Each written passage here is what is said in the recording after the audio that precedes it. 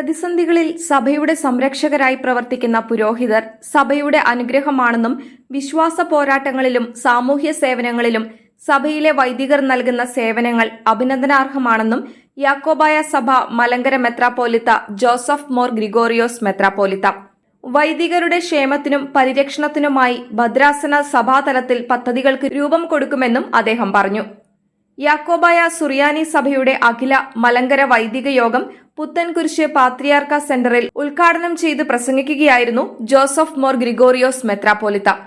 അഖില മലങ്കര വൈദിക സംഘം പ്രസിഡന്റ് കുര്യാക്കോസ് മോർ യൗസേബിയോസ് മെത്രാപ്പോലിത്ത അധ്യക്ഷത വഹിച്ചു. സഭയിലെ മുഴുവൻ വൈദികരുടെയും വിവരങ്ങൾ ഉൾപ്പെടുത്തിക്കൊണ്ടുള്ള മൊബൈൽ ആപ്പിന്റെ ഉദ്ഘാടനവും മലങ്കര മെത്രാപ്പോലിത്ത നിർവഹിച്ചു.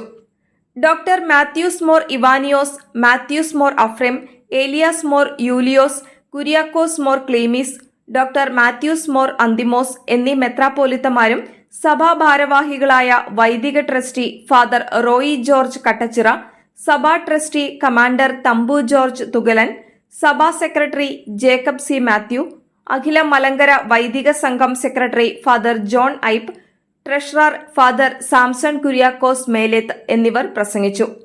സഭയിലെ വിവിധ ഭദ്രാസനങ്ങളിൽ നിന്ന് വിരമിച്ച വൈദികരെയും ചടങ്ങിൽ വെച്ച് ആദരിച്ചു.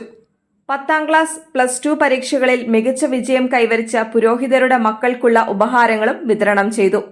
മാത്യൂസ് മോർ അഫ്രേമും റവറന്റ് ഡോക്ടർ ജേക്കബ് ചെറിയാനും ക്ലാസുകൾക്ക് നേതൃത്വം നൽകി.